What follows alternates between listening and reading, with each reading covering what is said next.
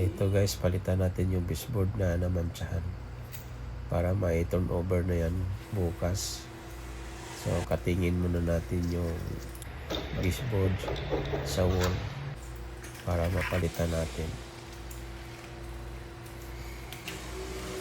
Yan, matanggal na. Linisin muna natin. Tapos lagay natin sa karton yung basura.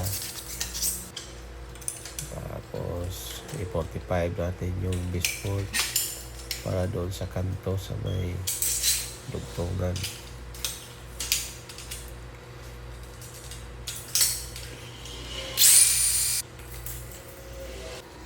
Sukat muna. Ayan.